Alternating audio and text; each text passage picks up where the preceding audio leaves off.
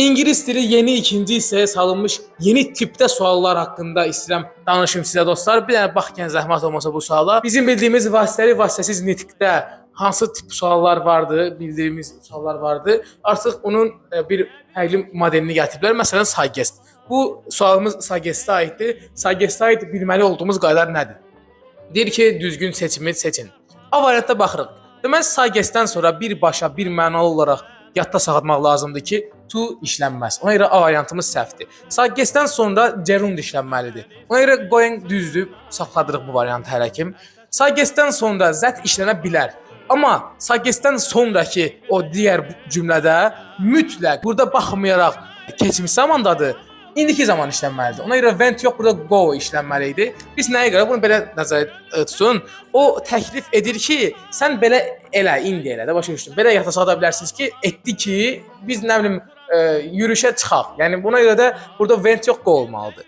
D variantında Sagestdən sonra birbaşa bir məna olaraq yadda salmaq lazımdır ki, obyektal işlənməz. Ona görə az səhvdir. Y variantında da dediyimiz kimi feil gerund şəklində olmalıdır. Ona görə burada go yox, going olmalıydı. Ona görə də cavabımız B variantı.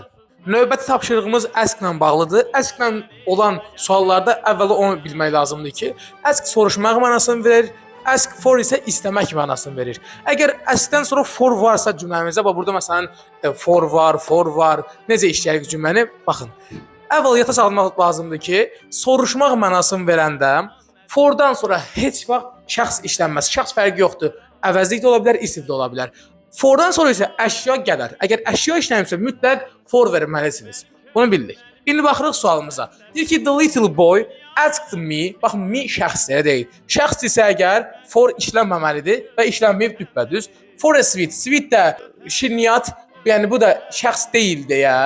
İndi mən buna əşya kimi deyərəm. Əşya deyirsiniz, əşya deyil, amma əşyanın yəni şəxs olmayan bir şey kimi baxaq. A sweet veribsə forundan əvvəl işlənməlidir. Ona görə birinci düppədüz cümlədir. The little boy asked a sweet. Baxın, a sweet verib, amma for verməyib. Ona görə də ikinci səhvdir. He asked for a copy. Copy yəni də əşyadır. Fordan verib, düz verib. Of the letter heç də. A copy of the letter zaten söz birləşməsi deyə fordan işlənir. Əşyadır. Ona görə də 3 də düzdür. He asked a copy of the letter. Burada da a copy-dən əvvəl for verməli idi. Verməyib. Ona görə 4 səhvdir. Cavabımız olur 1, 3.